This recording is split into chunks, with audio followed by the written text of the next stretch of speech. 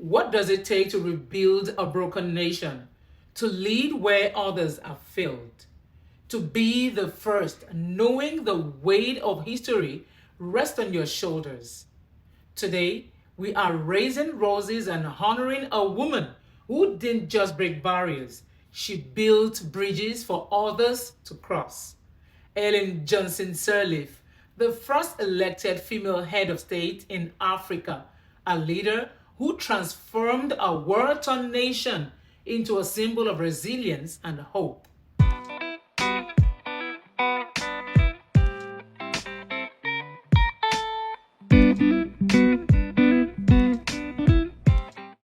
Hello, beautiful people. Welcome back to the Raising Roses and Eulogy Challenge, where we celebrate women who have made an extraordinary impact in our world. If you're new here, I am Omolola Adeyemo, and this month we are giving flowers to remarkable women while they can still receive them. So today, we honor a true trailblazer, Ellen Johnson Sirleaf, the Iron Lady of Africa. Born in 1938 in Liberia, Ellen Johnson Sirleaf's journey to leadership was not an easy one. She faced political persecution, imprisonment, and exile, but she never stopped fighting for her country. In 2006, she made history as the first elected female president in Africa, stepping into office at a time when Liberia was recovering from 14 years of brutal civil war. The economy was in ruins, families were displaced, and trust in government was shattered. But she took on the challenge with grace and determination. During her 12-year presidency, she led Liberia's post-war recovery, securing debt relief and attracting foreign investments. She prioritized education and healthcare, giving children and women better opportunities. She empowered women in politics, ensuring they had a voice in leadership.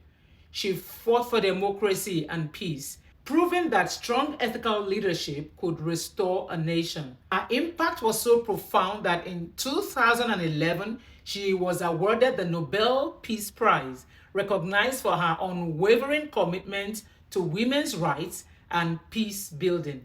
But Ellen Johnson Sirleaf's legacy isn't just about politics, it's about possibility. She showed African women and the world that leadership is not about gender, it's about vision, courage, and service. So today, we raise roses to Ellen Johnson Sirleaf, not just for being Africa's first, but for ensuring that she wouldn't be the last. Now, I want to hear from you. Who is a woman in your life or in history that deserves her roses today? Drop her name in the comments and let's celebrate her while she can still receive them. If this message resonates with you, don't forget to like this video, subscribe to the channel, share with someone who needs to hear this. And if you have a special woman you want to honor, send me a message. I would love to help you share her story. This challenge continues tomorrow. See you then.